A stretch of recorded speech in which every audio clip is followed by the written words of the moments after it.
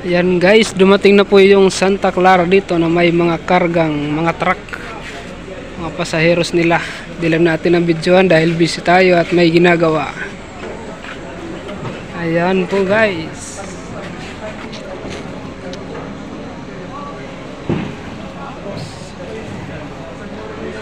At nag-operate na nga dito sa Amandahihan Port ng Basay, Samar.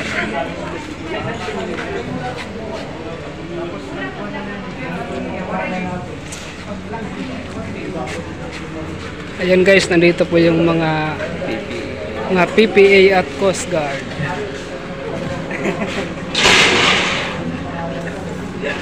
Shout out sa mga co-vlogger ko dyan.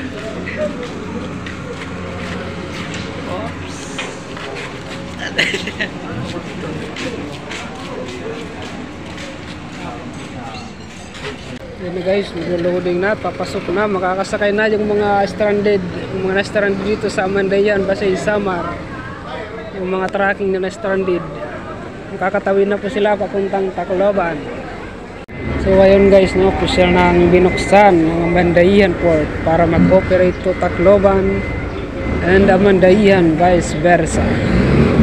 So ayun guys, makikita nyo naman yung mga stranded trucks dito, makikita isang buwan na. Makakauwi na sa kanilang pamilya. Yan guys, so kung makikita nyo dito, mga ika-15 na truck na po yan na papasok sa Santa Clara City. Tsaka talagang napakabilis lang guys, so yung biyahe nila papuntang Tacloban dahil hindi yan naabot ng isang oras, kundi mga 15 to 30 minutes lang po yan guys. Tingnan nyo naman yung port ng Tacloban, napakalapit lang dito guys. Yan, ika-16 na po yan na truck na papasok.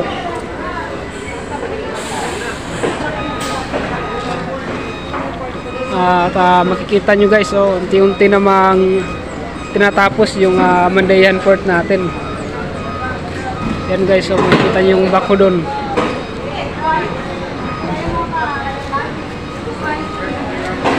Kunti na lang guys, matatapos na yung Amandahihan Port natin.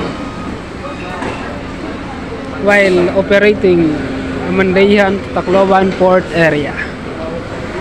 Sa mga nagtatanong guys kung saan banda to, ito lang po yan sa Amandahihan, Basay, Samar. Kung hindi nyo pa rin magets, gumamit lang po kayo ng Google Map at ituturo niya kung saan ito banda.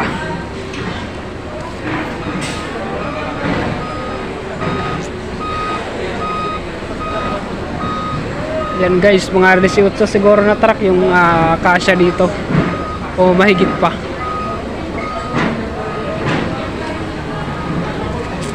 First day ng operation.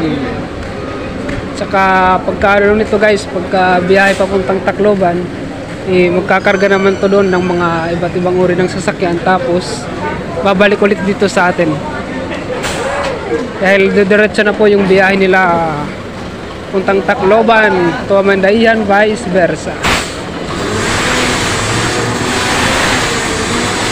So ayun guys, shout out sa mga vlogger na kasama ko dito ngayon, Samar Explorer, saka kay Western Samar vlogger din po yan, yung Barangay Cambayan.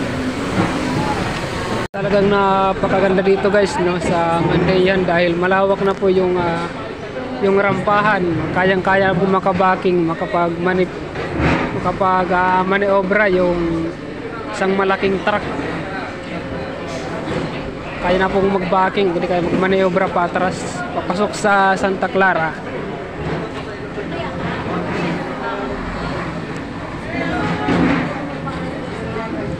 Guys, no, makikita nyo under construction pa rin dun sa kabila. So minamaril na po yan ng Kualain Construction. Kunti na lang po yan guys at matatapos na.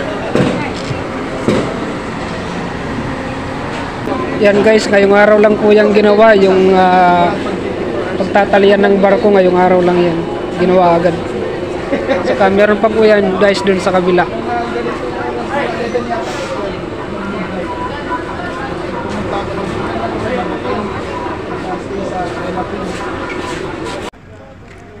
Ayun na guys, paalis na po yung Santa Clara.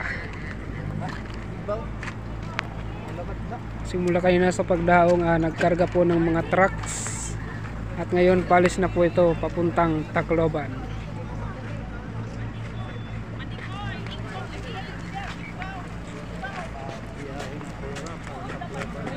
Po yung unang pagpasakay nila ng mga trucks.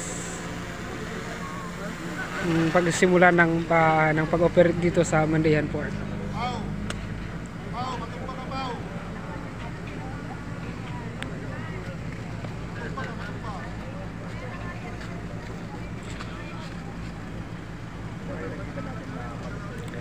Ayan po mga ka-Charlie Motos Vlog, paalis na po yung Santa Clara. Papunta na pong Tacloban at ang karga po niyan is mga 16 trucks siguro or more. Tsaka mga 15 to 30 minutes lang po yung biyahe niyan papuntang Tacloban. Sobrang napakabilis lang po.